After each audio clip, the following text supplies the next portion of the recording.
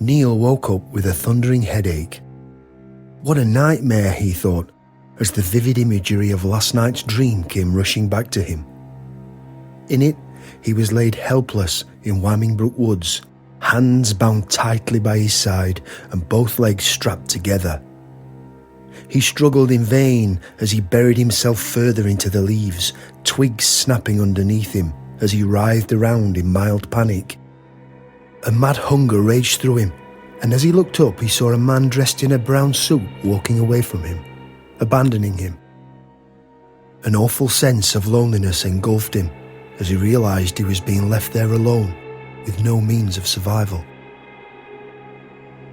He came to his senses and reached over to turn his alarm clock off, only just realising it was still ringing. The nicotine stains made the dimly lit bedroom walls seem to close in as he wearily climbed out of bed and stumbled into the kitchen half asleep. Reaching into the cabinet on the wall, he pulled out a strip of paracetamol, grabbed a glass of water and swallowed down 2 of the tablets. To his left, something rustled, and as he looked around and saw the vivarium, he remembered the snake. He'd left 2 mice out to defrost overnight in a Tupperware box, ready for its feed. Carefully taking them out of the container, he cupped the mice in his hands as he opened the glass front, ready to throw them in.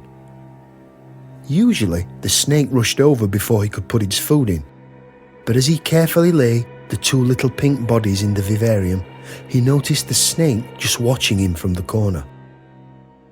"What's up, fella?" he said, as he tapped the glass near its face. Its gaze followed him as he walked back to the sink to wash his hands, and then as he went back into the bedroom to get dressed. Neil didn't work weekends, so he rummaged through his things and pulled out something casual. He sat on his bed, ready to pull his socks on, when the doorbell rang. Peeking through the window before answering, he saw it was the UPS delivery van with his parcel, which he knew were 4 new heat lamp bulbs for the vivarium. He ran to the door and undid the 4 bolts before opening it to the delivery driver. "Hiya," said the man. "I've got this for—" "What the f—" he spluttered as he dropped the parcel to the floor, smashing the bulbs inside. His face was ashen as he stared back at Neil's face. "You're paying for that," said Neil angrily. "What the hell's wrong?" The delivery man looked embarrassed. Nothing, mate," he managed to say as he picked up the battered parcel. "I'll sort this. Sorry," he said as he very quickly disappeared back into the van and drove off.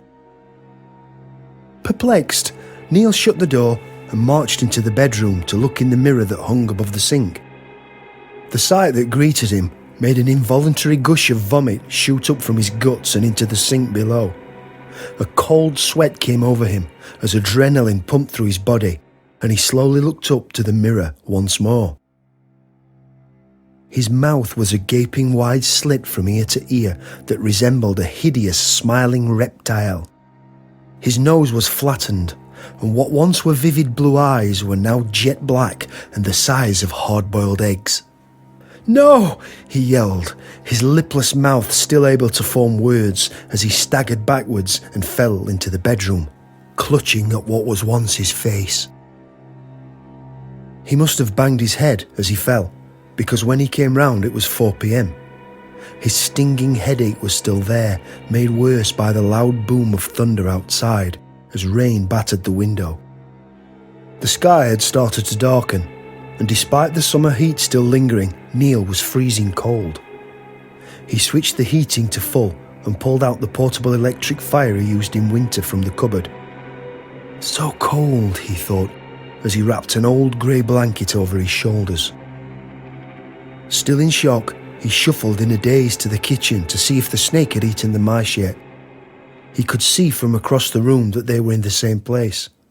But as he neared the vivarium, a very strange urge washed over him, and without thought he followed his instincts, opened the glass door and popped the 2 mice into his mouth, swallowing them straight down without chewing.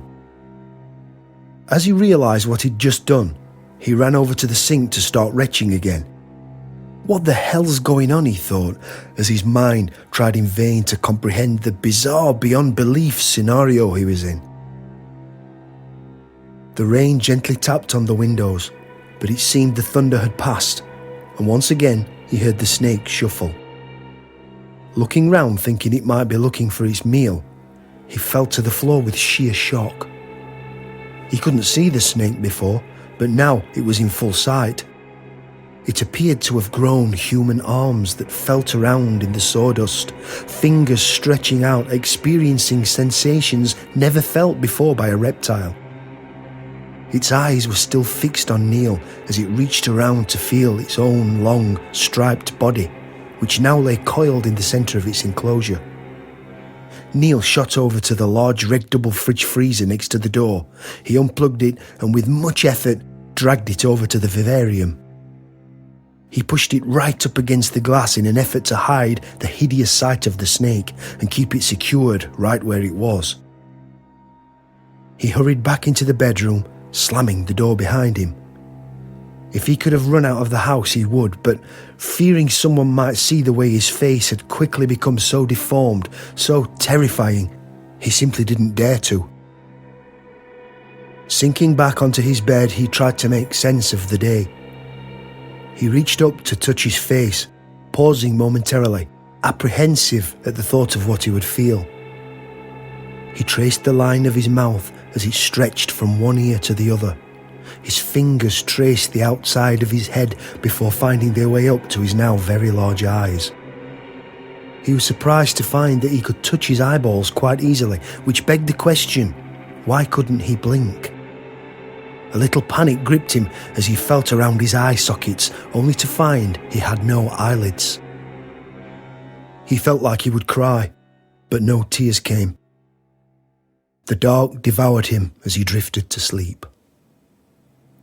The same dream plagued his slumber, and he laid helpless in the Wyoming Brook wood, branches crunching underneath him as he tried to raise himself, only to find his arms and legs tightly bound. Looking up, the man in the brown suit was once again walking away, leaving him helpless in the forest. A crash from the kitchen woke Neil up in the middle of the night.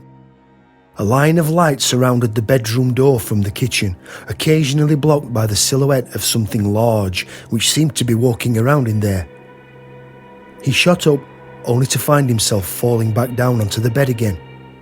Confused, he tried again to get up, and looking down, the only light coming from the crack around the doorframe, he managed to make out to his horror that he no longer had arms.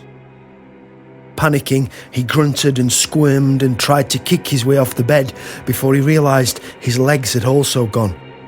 He was limbless. In a mad, terrified struggle, he fell off the bed with a thud, causing the shadow in the kitchen to stop moving. In what seemed like an eternity, Neil stared in horror as the door handle slowly turned and the door creaked open. Neil could clearly see that the snake's vivarium had been smashed open and the huge red fridge freezer had been pushed over. A shadowy figure stood in the doorway and reached over to flick the light on.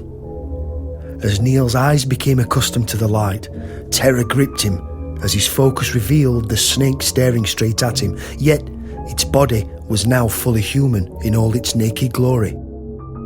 What really alarmed him now was just how acute his senses had become, as he could literally taste the human sweat coming from the naked body stood meters away.